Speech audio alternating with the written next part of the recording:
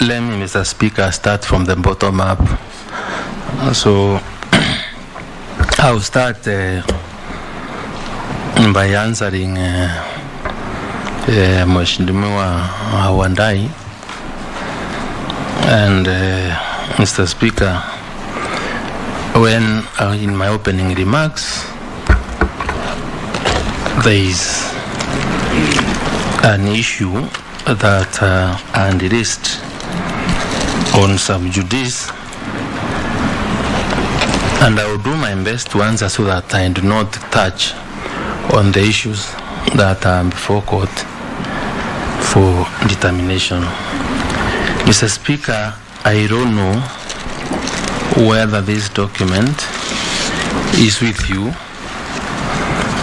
and I want to answer the issue, the matter on the affidavit of burial, on the withdrawal or the issue of the attempted rape that is talking about, and that is indeed the issue that Mheshimiwa Ichung'wa was trying or sharing, because even before this happened, and shared with my very close friends. Mr. Speaker, I'm an open book. In fact, those that write and say I've litany of cases is an understatement.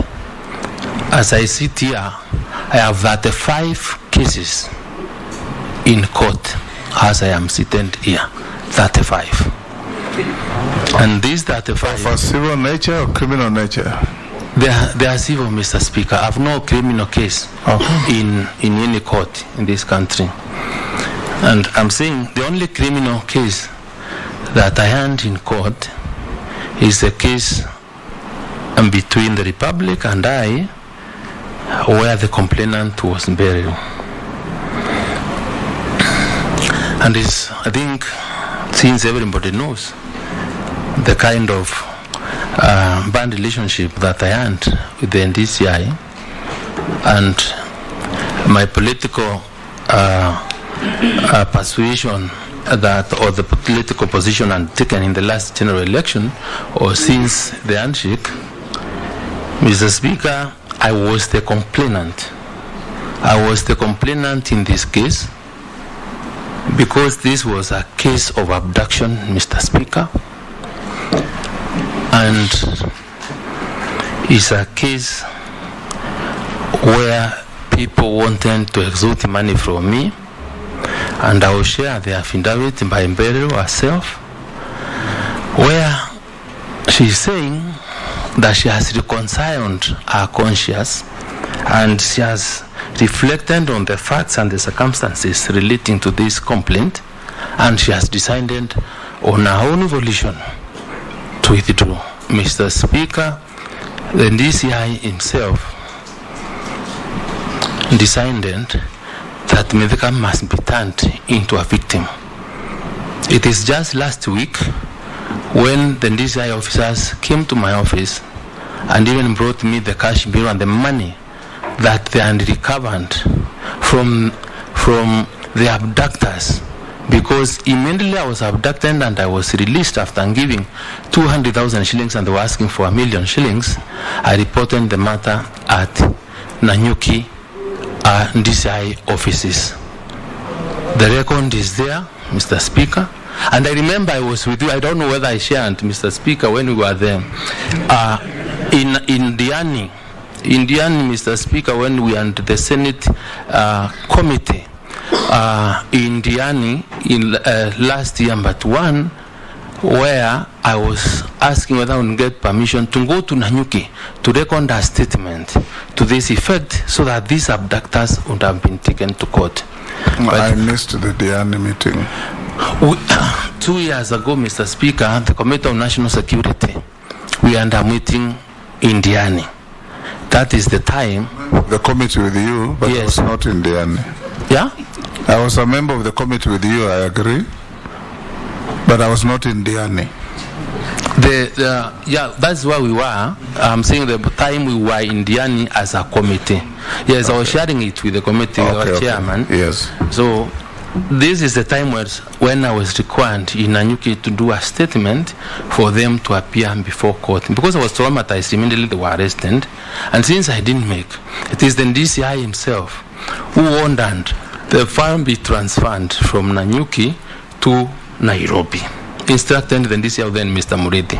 And when this matter came here, people were, other officers were picked, were asked to do different statements.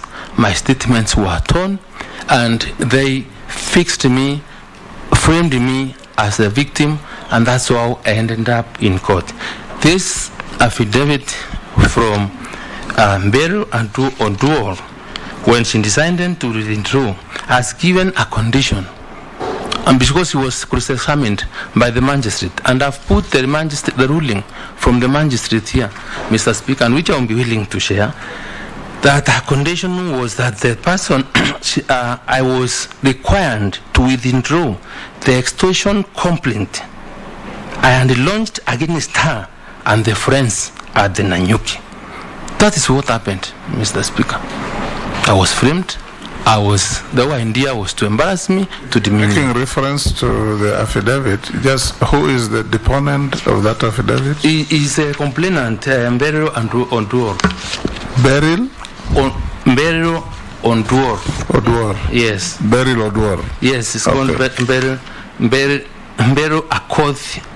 Akothi Owondo, sorry. Mr. Speaker, can we get copies of that document? Yes. And even as I don't know, as he continues. So next.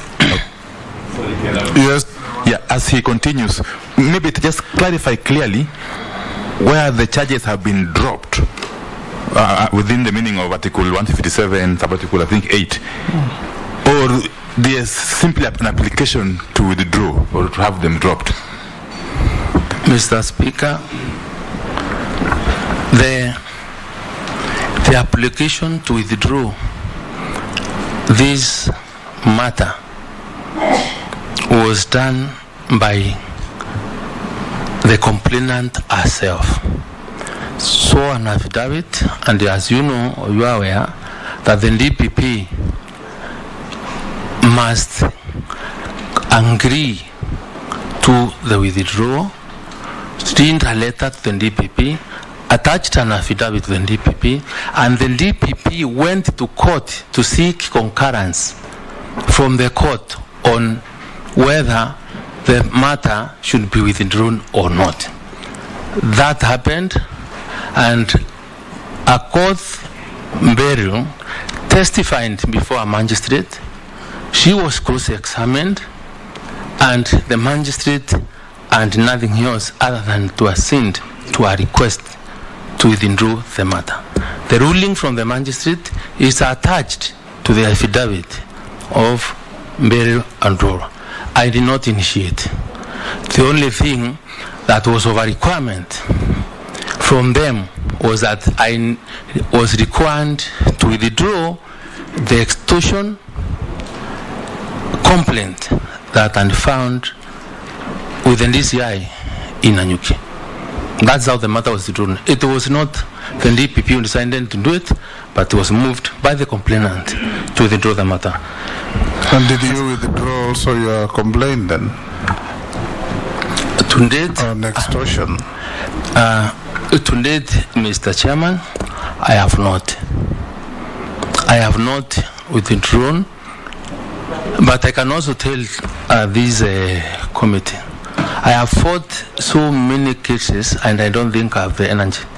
I want to free my mind, given the opportunity to work for this country.